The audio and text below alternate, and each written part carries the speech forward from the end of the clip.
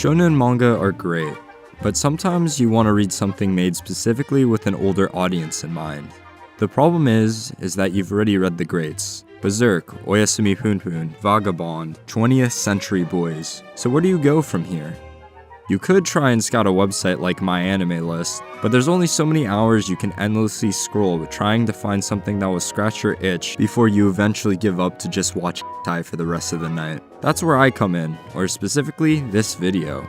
Knowing the struggles of endless scrolling myself, I have gathered 5 seinen manga that are completed, finished, done, because waiting is cringe. But these aren't just any seinens. I self-imposed a rule when handpicking them. Each one of my choices must have 20,000 or less completed users on My Anime List because I want to shed some light on some series I think are underappreciated. And some of you may ask, why should I listen to your opinion? You probably shouldn't. My YouTube handle is literally delusional. Regardless, hopefully you will come out of this video with at least one manga you want to check out. Feel free to skip around, the video should be timestamped. Without further ado, here are my 5 recommendations. Average. This is the life Tobio believes he lives by. He has little worries, no grandiose dreams, and no bitches. But he's completely fine with staying that way.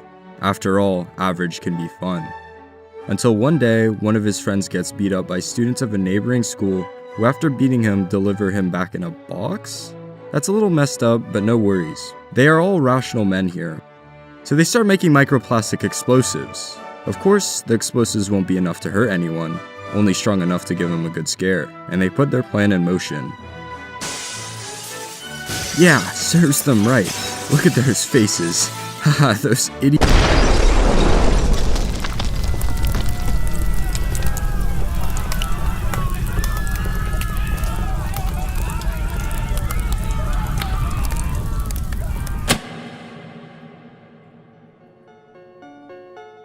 We Did It is built on the premise of guilt and how people respond to it. It offers 4 separate perspectives on how someone might live carrying the sin of killing 10 innocent people. Not only do they have to figure out how to keep it a secret, but the group of 4's friends' relationships with each other weren't as tightly knit as they thought. It's a heavy story, sometimes overdoing what it tries to say, but regardless, it's interesting. It highlights the worst in humans, so you probably are gonna feel sick to the stomach at times while reading this. But for those who like messed up stories like these, I think it's worth your time.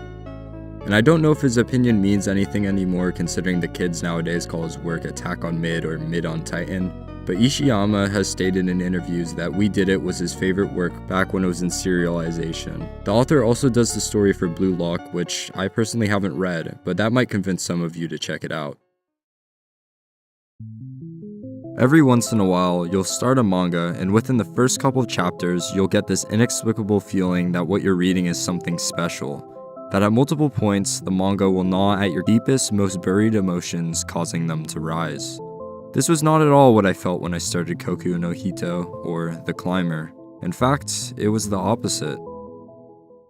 The start is as generic as you can get for a sports manga. There's the main character's sudden awakening to the sport. There's his rival/friend, a potential love interest, a teacher that looks out for him, and his past weighing him down. But around chapter 20, the manga's atmosphere completely changes. The Climber was initially a 2-man project. The art was to be done by Sakamoto Shinichi, while Yoshiro Nabita would handle the story. For unknown reasons, Yoshiro left the project during Volume 3, which made Sakamoto now responsible for both the art and the story. And no offense to Yoshiro, but this was the best thing that could possibly happen to The Climber. Because Sakamoto Shinichi, this beautiful man, is an absolute genius.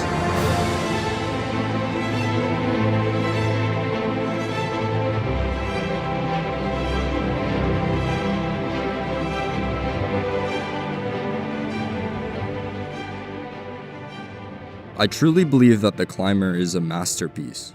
And you might be thinking, but I'm not interested in climbing. I wasn't either.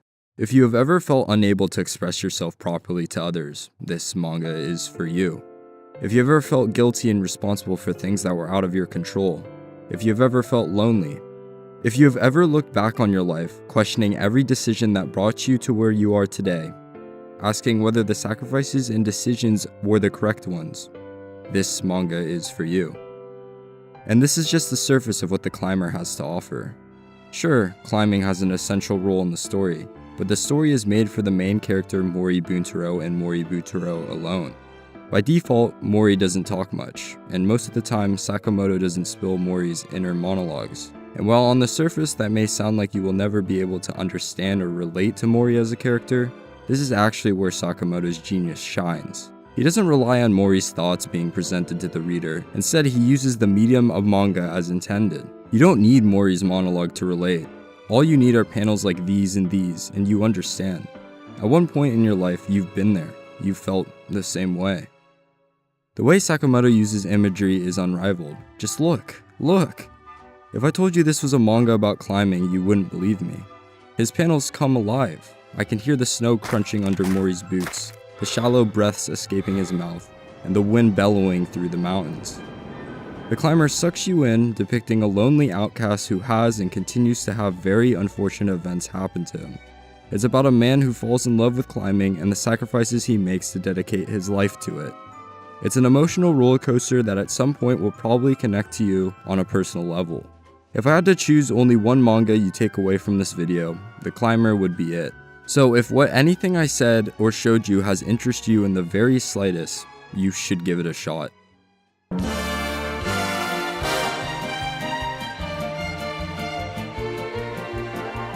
I'm not going to spend a lot of time on this one because I think Alex and Scamboli both already did a better job at covering the Fable. But with it sitting at only 6,000 users, I feel that there are still not enough people who have read it. The Fable follows Akira Sato, a legendary genius hitman who has been ordered by his boss to lay low for the next year due to the number of people he has recently killed being too high. Accompanied by his driver, the two obtain their new identities as siblings and are taken in by a Yakuza group affiliated with their assassin organization. What's more, even if their lives are in danger, the boss ordered Akira and Yoko not to kill anyone, otherwise as punishment, he would kill them himself. Akira, who takes everything seriously, tries his hardest to do the job properly, but being housed by Yakuza and rumors of the Fable spreading throughout the town invites trouble. Watching Akira try and stay out of trouble is hilarious, and at the same time, watching him solve the trouble he inevitably gets into without killing anyone is hilarious, but it's also extremely badass. It's got good comedy, it's got a likable cast, it's got action, it's got everything you need in a great read, and be warned, once you start it, you won't be able to put it down. The manga has 240 chapters, but that didn't stop me from reading it in 2 days. Can I make a confession? Keep it on the down low, but I don't like kids. They're disgusting little creatures that are dumb and annoying. Like, please, can someone shut them up? But then shows like Spy X Family and Kakushigoto come along, and my opinion starts to crack. My Girl is no different. Every step of the way, it slowly rotted my brain into thinking maybe it wouldn't be too bad to have children in the future. It's heartwarming and wholesome, but at the same time it's by the author who did Watashi no this series, so you know it's gonna leave you feeling sentimental. My Girl is about a 23-year-old man living a monotonous life, struggling to get over his ex-girlfriend who left him to go overseas. He doesn't understand why she left and lives out his days meaninglessly.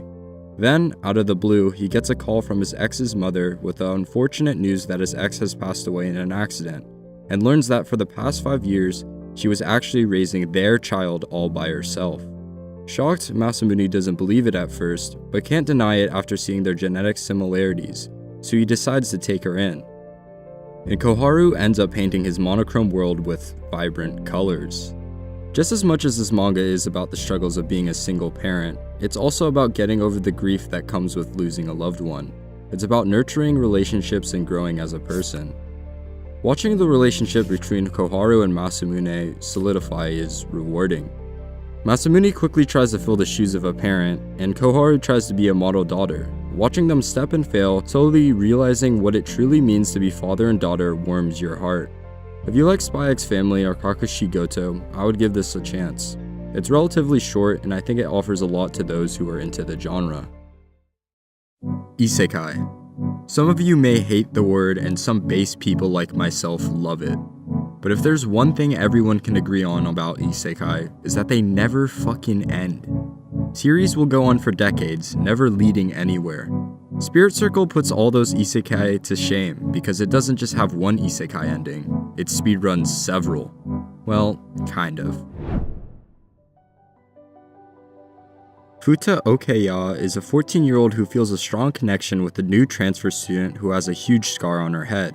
Initially, Kokou is nice to Futa until he reveals that he has a Walmart sacrifice brand on his face. At the sight of the birthmark, Kokou declares Futa her sworn enemy and then proceeds to beat the living shit out of him, sending him to experience the death of his very first life in his dream. You only get a couple chapters per reincarnation, but Mizukami's masterclass at making you care about each life. Nothing is lost from going from one life to the next. Characters reappear in different ways, and everything that happens in their previous lives psychologically affects the personalities of the next. It makes it feel like one long journey instead of several. It's refreshing and never gives you enough time to find the world boring, and slowly unraveling the mystery of why Kokou wants Futa's death is enriching. And as you start reaching the endgame, the subtle hints that you have caught on to start forming the bigger picture. And obviously I'm not going to spoil, but I think Spirit Circle delivers, connecting everything together splendidly. I feel that everyone should give this manga at least 5 chapters, and if it doesn't have you hooked, then it might not be for you. And hopefully, someday Mizukami can have one of his works faithfully adapted instead of this shit. What the fuck is this, man?